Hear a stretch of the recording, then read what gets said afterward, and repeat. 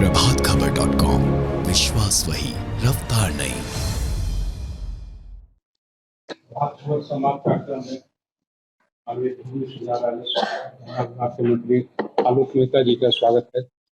धन्यवाद। सुशील सर से अनुरोध करते हैं कि बुके देते हैं।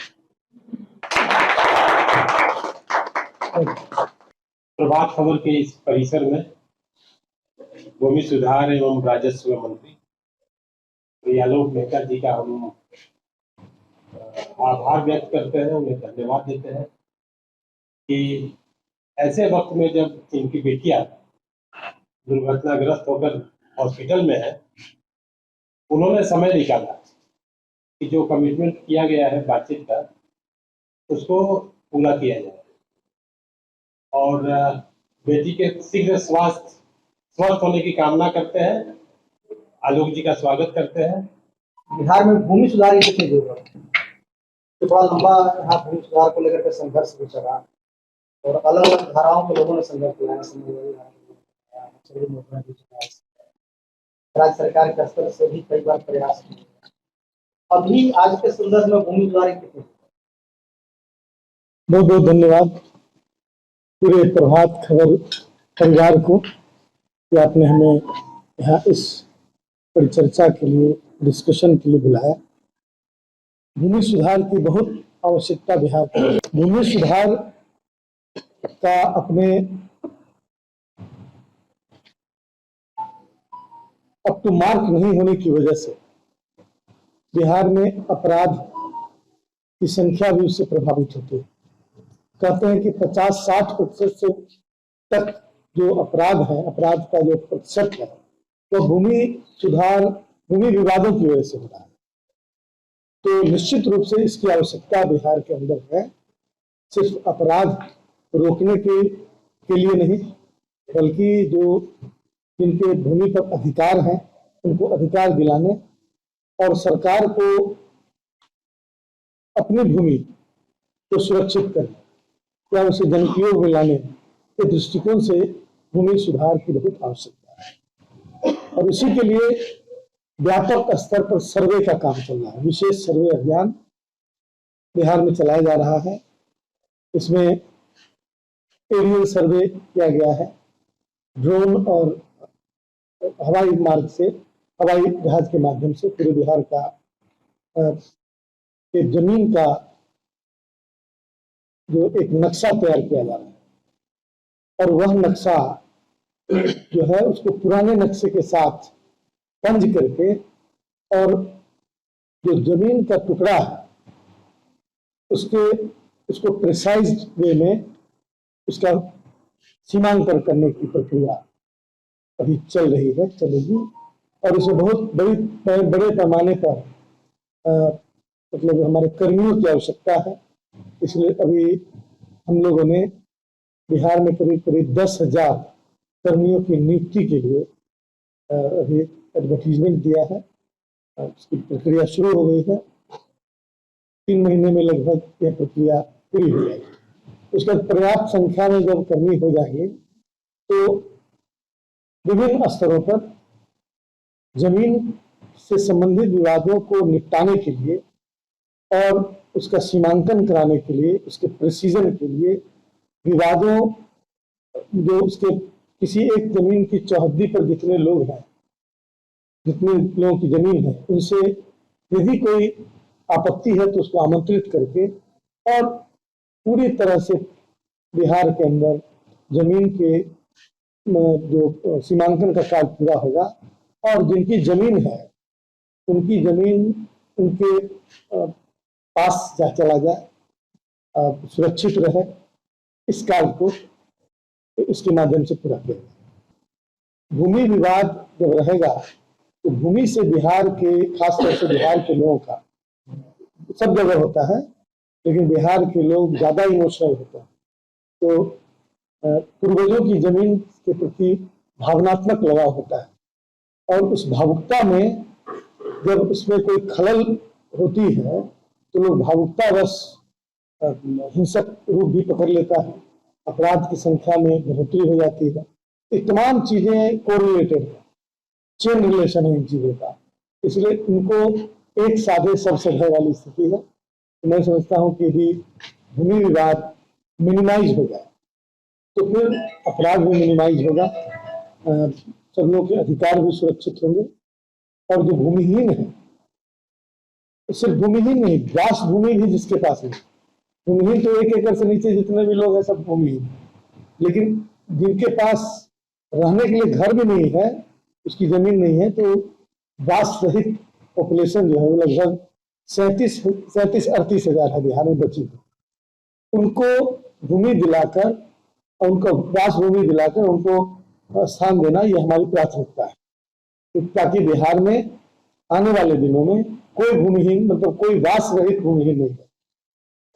उसके अलावा जिन लोगों को पिछले दिनों में भूमि मुहैया कराया गया, पर्चा, बस्किट पर्चा दिया गया, तो वैसी भूमि पर दिया गया जो सीलिंग एक्ट के तहत आते थे या फिर किसी और वजह से वो सरकार के पास भूमि उपलब्ध थी, उनका कराया गया। बहुत सारे ऐसे केसेस हैं जिसमें किसी न किसी कोर्ट ऑफ लॉ से जब वर्डिक्ट आया तो उस आधार पर उनको खाली कराना पड़ा।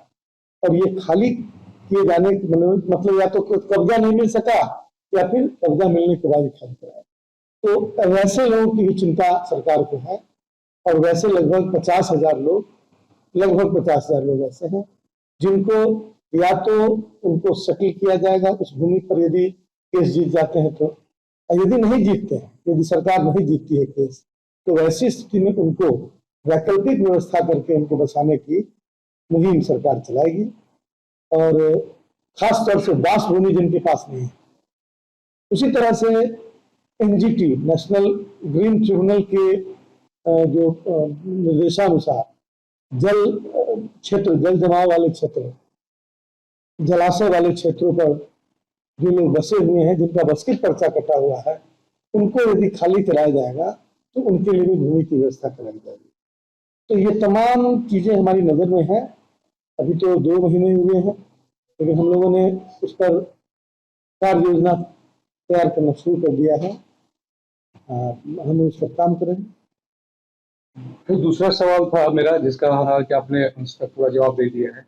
सवाल एक और कर देते हैं। जो जमीन विवाद के मामले बड़ी संख्या में विभिन्न स्तरों पर लंबित है, इसके निपटारे के लिए क्या ये विभाग के जितने पदाधिकारी हैं, सीओ हैं, डीसीएलआर हैं, एडिशनल कलेक्टर हैं या फिर इवन कलेक्टर हैं, वो भी रेवेन्यू का काम देखते हैं।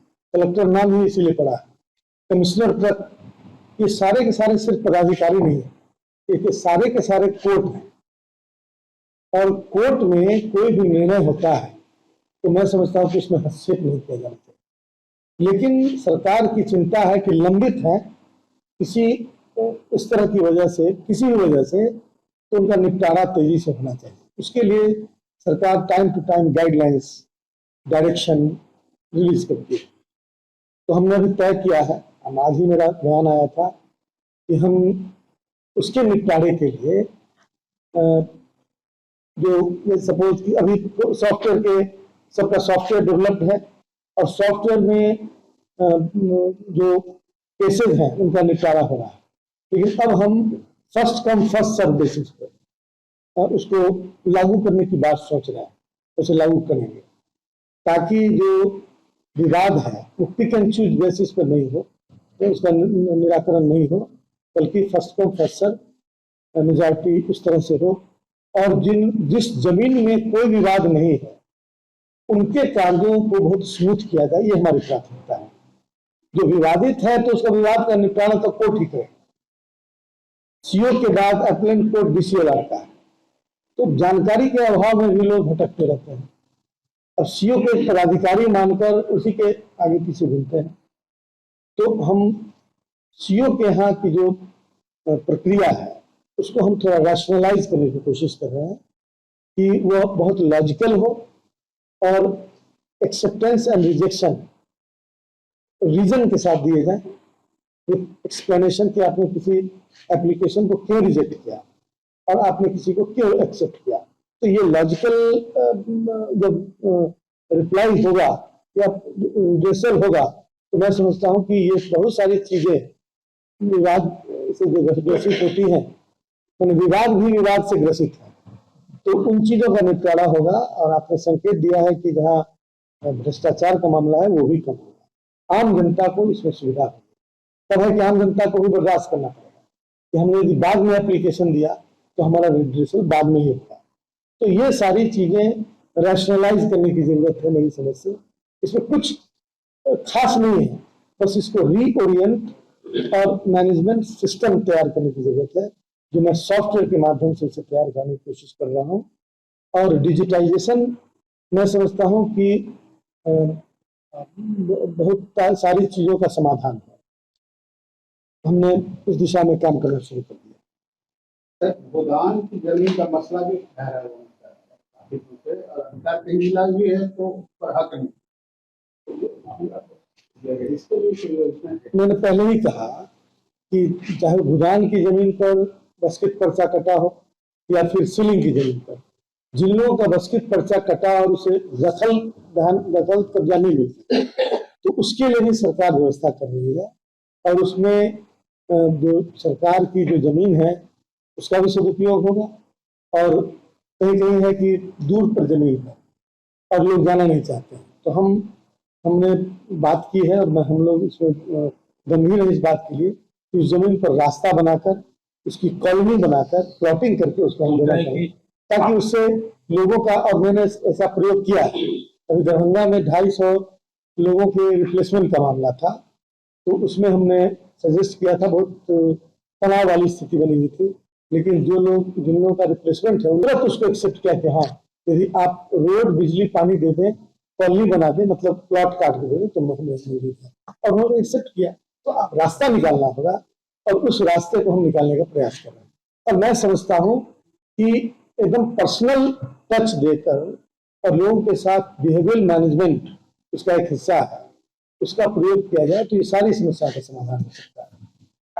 काफी संख्या में पद भरे खाली, विशेषकर रेगुलर।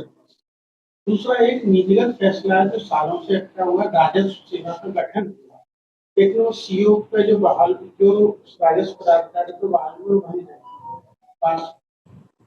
तमाम समय से आ रहा है कि इसी इलाके करीब 2 दर्जन पद खाली है, लेकिन एक फाइल आई हुई है वो 1.5 साल से लंबित है, उसमें सीओ को ही प्रभारी डीसी इलाका चार्ज देना है। तो कुछ नीतिगत फैसले प्रमोशन रुका हुआ है, पूर्ववर्ती भी मंत्री उससे बचते रहे थे, इसे छोड़ देते। ऐसे में ये जोखिम बड़ा काम भी मानते हैं कुछ मंत्री।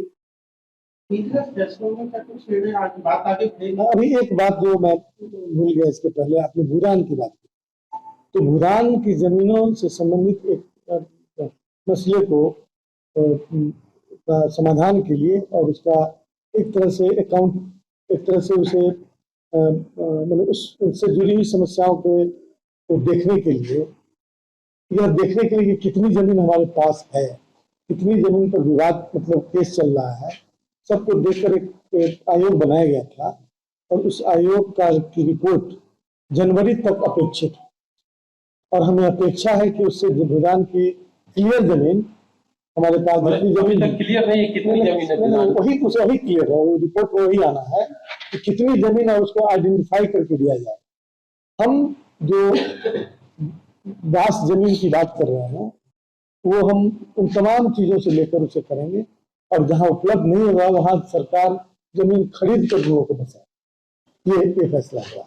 तो ये जो भूदान वाले रिपोर्ट की क्योंकि आयोग है और उसका एक्सटेंशन 2 बार हो चुका है, लेकिन हमें आश्वस्त किया गया है कि जनवरी-फरवरी तक वो रिपोर्ट आ जाएगा, उसके बाद सरकार उस पर बात रही जो वैकेंसी और कैडर की।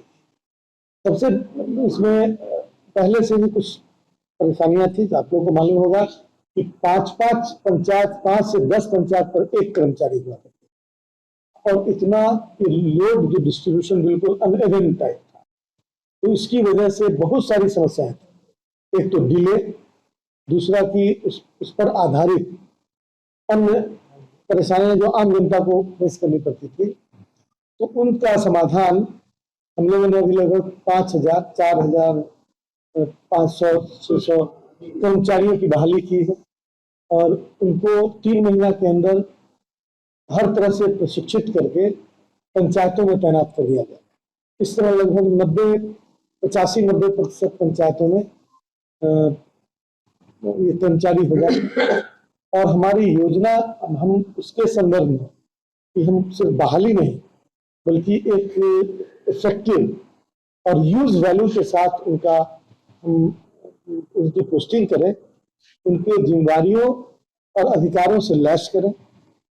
क्योंकि अभी क्या हो रहा है कि परिमार्जन के बहुत सारे केस आ रहे हैं। उसकी वजह यह है कि कहीं डेटा एंट्री में गड़बड़ी, कहीं ह्यूमन एरर, इस तरह की बातें सुनने में आई है। और उसके चलते लोग मतलब महीनों घूमते रहते हैं कि हमारा ये छूट गया, वो जुट गया, इस तरह से उसको। तो उसके रिड्रेसल के लिए हम इन कर्मचारियों को और जिम्मेदार पदाधिकारियों को उस पर जिम्मेदारी दें और उसकी रिस्पॉन्सिबिलिटी फिक्स करें। यदि कोई गलती हुई, किसी पंचायत में कोई कर्मचारी है, उसे हम अमानत की भी ट्रेनिंग देंगे फ्यूचर में। अभी हम कंप्यूटर, हर कर्मचारी को कंप्यूटर उपलब्ध कराएं, कंप्यूटर की ट्रेनिंग दें। और जो एंट्री है, अपने पंचायत की एंट्री वो खुद करे, वो किसी डाटा एंट्री ऑपरेटर वगैरह की जरूरत कम पड़े, इसकी व्यवस्था हम करने जा रहे हैं। तो इससे जो बहुत सारे ये क्यूइंग थ्योरी का सिस्टम है कि क्यूइंग थ्योरी ऑपरेशंस रिसर्च का एक सब्जेक्ट है। उसमें है कि जो क्यू आपका कैसे छोटा हो और इफेक्टिव रिड्रेसल कैसे हो, उस थ्योरी पर इसको काम करना है।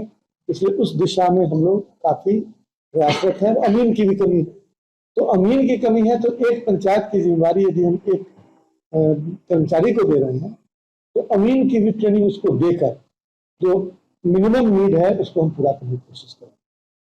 बात रही उसके ऊपर के पदाधिकारियों की, जैसे ये सीओ, तो सीओ में अभी जो रेवेन्यू ऑफिसर्स जो पिछले वर्षों में बहाल किए गए, उन रेवेन्यू ऑफिसर्स को 3 साल के एक्सपीरियंस के बाद फुल फ्लेजेड सीओ का पद देने का निर्णय ले लिया गया। और उस आधार पर हम सब लोगों को सीओ का दर्जा देंगे। उसके बाद उसके ऊपर का डीसीएलआर का मामला है। तो डीसीएलआर जो जॉब है, सर्विस है, वो हमारे कार्मिक विभाग से उसकी सेवा ली जाती है। ये सब सेवा हमारे विभाग की, लेकिन उनकी सेवा कार्मिक विभाग से ली जाती है। तो कार्मिक विभाग का जो प्रोसेस है, उसमें हम लोग लिखने जा रहे हैं कि अभी तो मतलब शुरू ही हुआ है ना, अभी हम विभाग को लिखने जा रहे हैं, कार्मिक विभाग को, कि आप हमारे पास इतने पद खाली हैं, इतने पद इतने जो ऑफिसर्स हैं उनकी सेवा विभाग में समर्पित करें, तब हम उनकी पोस्टिंग करते हैं। तो वो प्रक्रिया से एक विभाग की नहीं, उससे जुड़ा हुआ है। उसका हम लोग करेंगे, समाधान करेंगे। और बाकी जो पदाधिकारी एडीएन वगैरह है, वो सीधे पोस्टिंग होती है कार्मिक विभाग से। तो ये सारे सिस्टम्स बने हुए हैं, अब सिर्फ इसको ढंग से ओरिएंट कर देना, और मैं उसमें लगा हुआ। राजस्व सेवा का गठन किया गया, ये किया इसलिए था कि टेक्निकल एक्सपर्ट लोग इसमें एडीएम तक जाएंगे, लेकिन वो पहली पोस्टिंग जाने के बाद वो वहीं ठहर गया।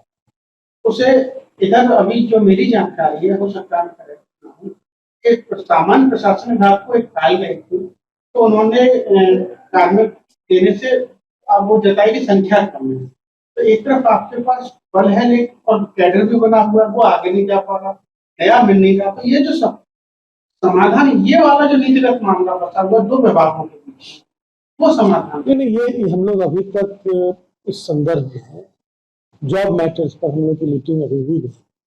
सभी मीटिंग्स बारी बारी से हो रही है। एक बार समीक्षा बैठक हुई, उसमें जो ओवरऑल मैटर्स थे, सर्वे पर इंफेसिस था, इसलिए सर्वे बहुत महत्वपूर्ण था। अब आगे हम लोग इस विभाग की बैठक में हम लोग उसको एड्रेस करें। ऐसे कुल मिला और इस पर आपको मैं आश्वस्त करना चाहता हूँ बिहार की आवाम को कि जो भी बॉटलनेक्स है उसका पूरा समाधान किया जाएगा। बिल्कुल स्मूथली यह विभाग बिहार की आवाम के सेवा में हाजिर है। प्रभातखबर.com, विश्वास वही, रफ्तार नहीं।